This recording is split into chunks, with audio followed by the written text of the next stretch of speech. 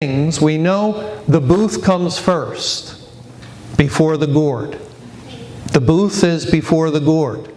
We know the gourd comes after the booth, and then because we cheated and read ahead, we know the whole story.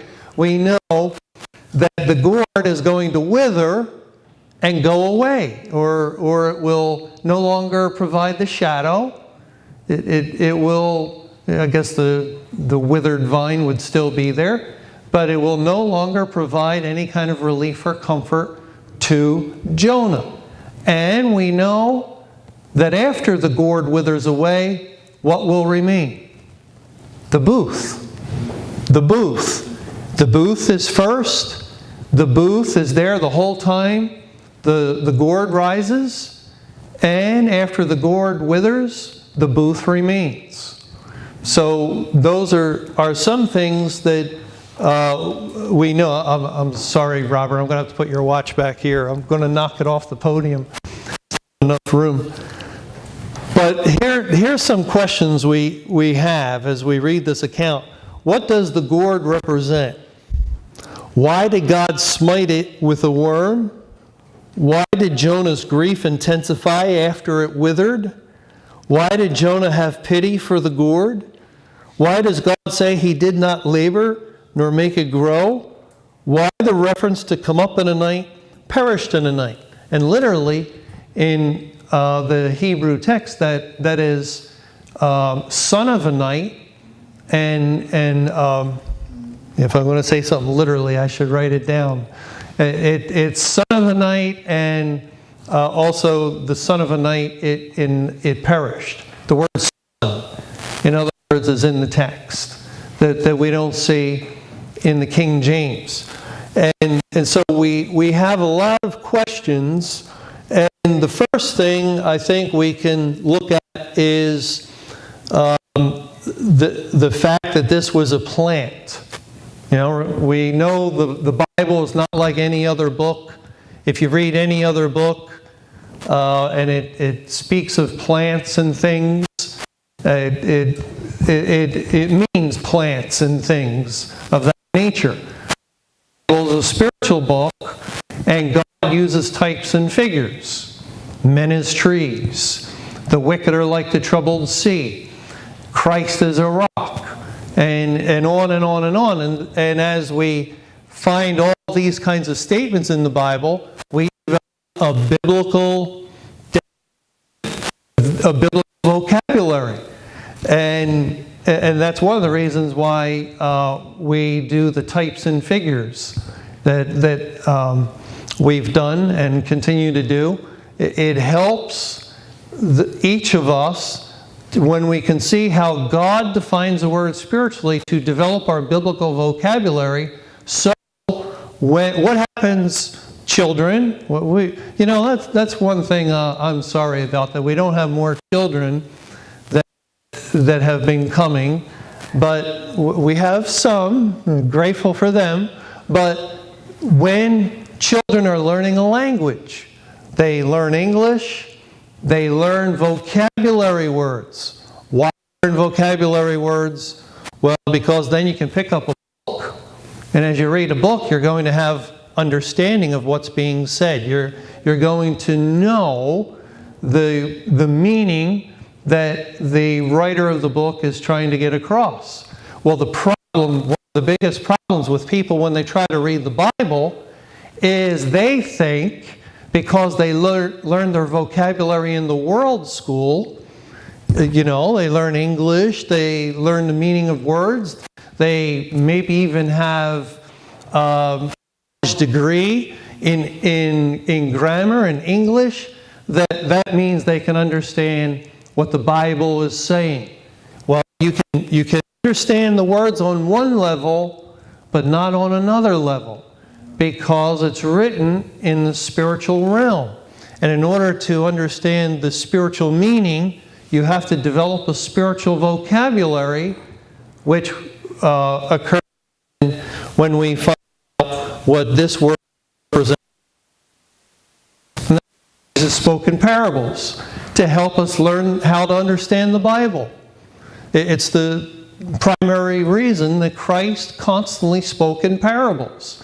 It's not, of course, an easier way to help someone understand something. It makes it more difficult.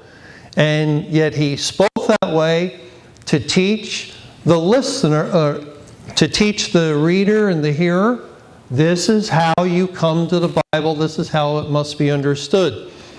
And plants, if we go to Psalm 144, Psalm 144, it says in verse 12, that our sons may be as plants grown up in their youth, that our daughters may be as cornerstones polished after the similitude of a palace. So our sons may be as plants. There is the definition, the spiritual definition. When you read about plants, you have to think, does it have to do with sons? Well, look at Matthew 13. And this is Christ speaking a parable. And it's also the chapter where he said, without a parable, he would not speak. In Matthew 13, beginning in verse 3, and he spake many things unto them in parables, saying, behold, a sower went forth to sow, and when he sowed, some seeds fell by the wayside, and the fowls came and devoured them up. Some fell upon stony places, where they had not much earth, and forthwith they sprung up, because they had no deepness of earth. And when the sun was up, they were scorched, and because they had no root, they withered away. So here, God is speaking of sowing seed, the growing process, some difficulties with growth of the seed, and also that some wither away. And in verse 18, we're told the spiritual meaning. Hear ye therefore the parable of the sower. When anyone heareth the word of the kingdom, and understandeth it not, then cometh the wicked one, and catcheth away that which was sown in his heart. This is he which received seed by the wayside. But he that received the seed into stony places, the same is he that heareth the word, and anon, or immediately, with joy receiveth it. Yet hath he not root in himself, but dureth for a while. For when tribulation or persecution ariseth because of the word, by and by he is offended. And it continues. And we that this has to do with people. It has to do with people, although it's using language of seeds and planting and things like that. God is speaking about the hearts of men, and yet it's sons like plants. It's making that link from speaking of things that are planted to people, and this is also found in Psalm 80. The idea that when the Bible speaks of plants, it has more than the plant itself in view. And there are some people who think that plants are like people. they talk to them, and they're very concerned about the plant's feelings, and well, that's another matter. In Psalm 80, we read in verse 8, Thou hast brought a vine out of Egypt, thou hast cast out the heathen and planted it.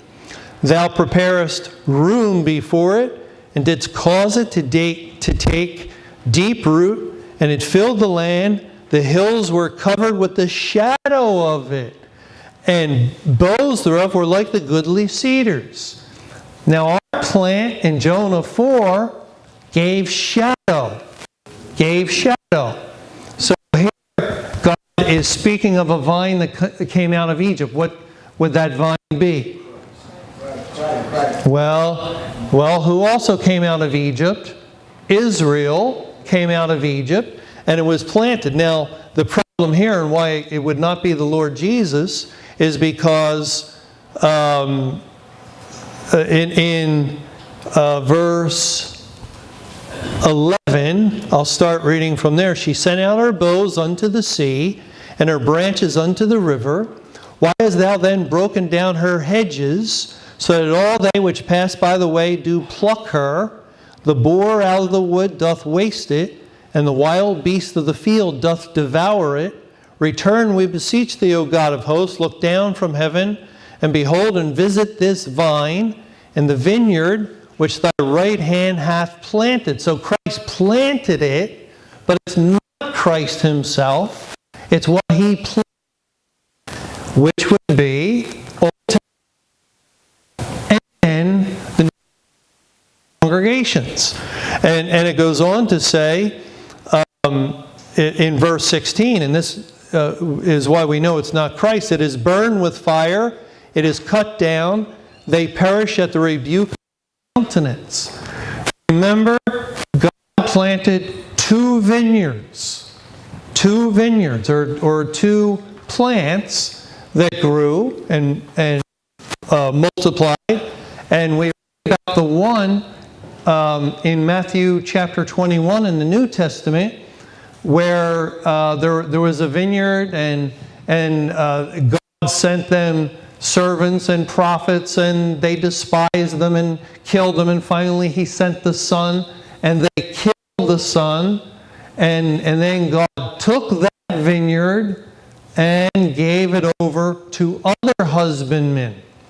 And actually Matthew 21 is speaking about the vineyard of Israel, which we would think would be reversed because that's in the New Testament. But there God is speaking of the vineyard of Israel that produced the crop or the fruit of Jesus Christ. But then God changed from Israel to the New Testament churches and congregations. And we read of the vineyard of the New Testament church, where at? In the Old Testament, of course. The New Testament chapter of Matthew 21 describe the Old Testament, and in Isaiah chapter 5 we read of the New Testament vineyard. It says in verse 1, "Now I will sing to my well-beloved a song of my beloved touching his vineyard. My well-beloved hath a vineyard in a very fruitful hill, and he fenced it and gathered out the stones thereof and planted it."